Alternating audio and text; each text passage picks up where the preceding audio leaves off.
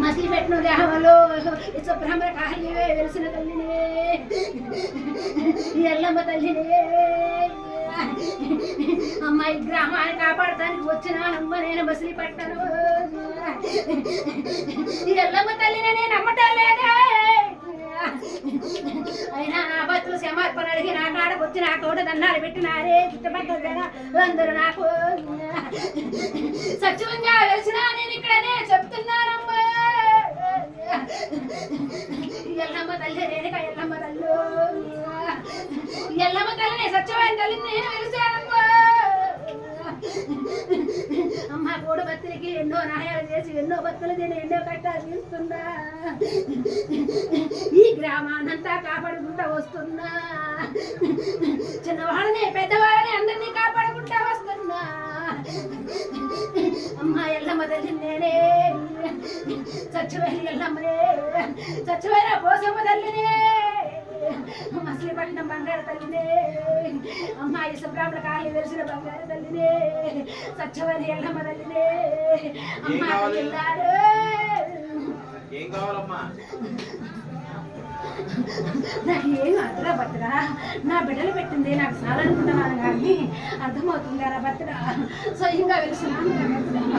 స్వయంగా వెలిసినాను చాలా మంది నమ్మలేదురా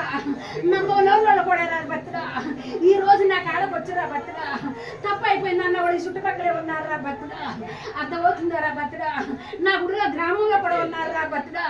అర్థమవుతుందారా భద్ర నేను స్వయంగా వెలిసినాను రా భద్ర ఇసు బ్రాహ్మణ కాలంలో ముచ్చలమ్మ తల్లిని రా భద్ర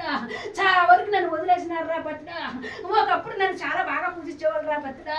కానీ నన్ను పూజిస్తాం మానేశారు రా భద్ర కొంతకాలం మానేసినారు రా భద్ర నా అమ్మవారికి కనిపించినాను రా భద్ర నా అమ్మవారికి కనిపించినాను రా భద్ర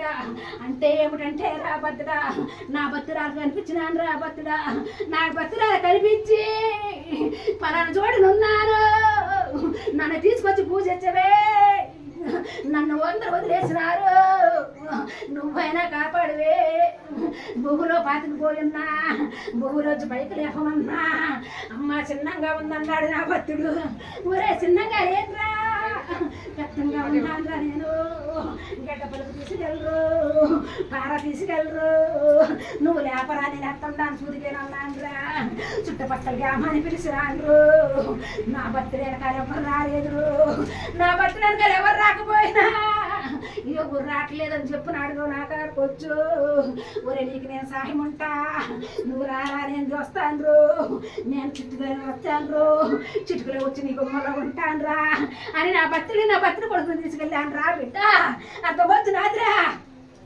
నా బిడ్డ నా కొడుకు రా బిడ్డ